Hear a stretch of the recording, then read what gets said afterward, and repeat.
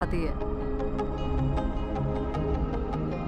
एक एस्ट्रॉयड जितना सूरज के करीब पहुंचता चला जाता है, सूरज का ग्रेविटेशनल खिंचाव उतना बढ़ता चला जाता है और एस्ट्रॉयड की स्पीड भी बढ़ती चली जाती है। आप स्टार के कितने करीब हैं, इससे तय होता है कि वो टक्कर कितनी भयानक हो सकती है।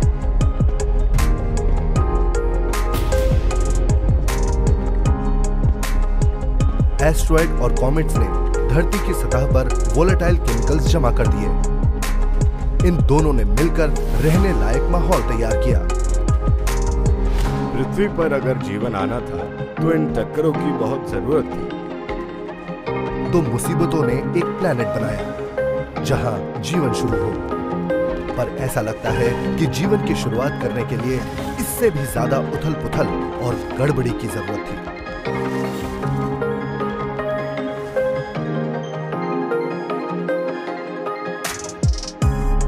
एक एस्ट्रॉयड सोलर सिस्टम को चीरते हुए आया। उसकी स्पीड 64,000 किलोमीटर पर आवर थी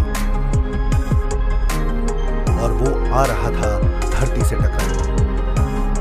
क्या ये स्पेस रॉक भयानक तबाही मचाकर रख देगी या फिर इससे फूटेगी जीवन की चिंगारी? विशाल बादल तैर रहे थे। आखिर ऐसा क्या हुआ कि ये आपस में कोलैप्स हुए? हिट करने की कोशिश की तो साइंटिस्ट उन हालात को तैयार कर रहे थे और देख रहे थे कि जब कोई मीटियोराइट आकर समुद्र से टकराता है तो क्या वो वही केमिकल्स तैयार करेगा जिनका इस्तेमाल जीवन आज कर रहा है। उन्होंने कार्बन डाइऑक्साइड, नाइट्रोजन, पानी और आयन के मिक्स का इस्तेमाल किया हेडियन एनवायरनमेंट की नकल तैयार करने के लिए।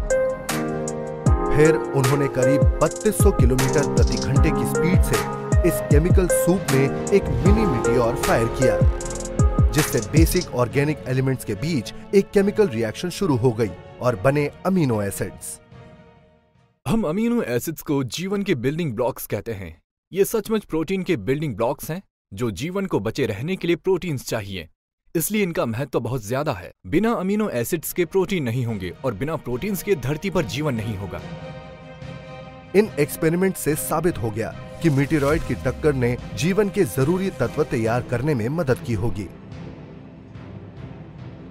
पर इन बिल्डिंग ब्लॉक्स के आपस में मिलकर जीवन तैयार एलिमेंट्स दिए जिनसे प्लैनेट्स बने, और इसने हमारे भविष्य के घर को भी तो कुछ भी नहीं है, हम क्या कर रहे हैं। तो ठीक इसी तरह की बात है इस मामले में।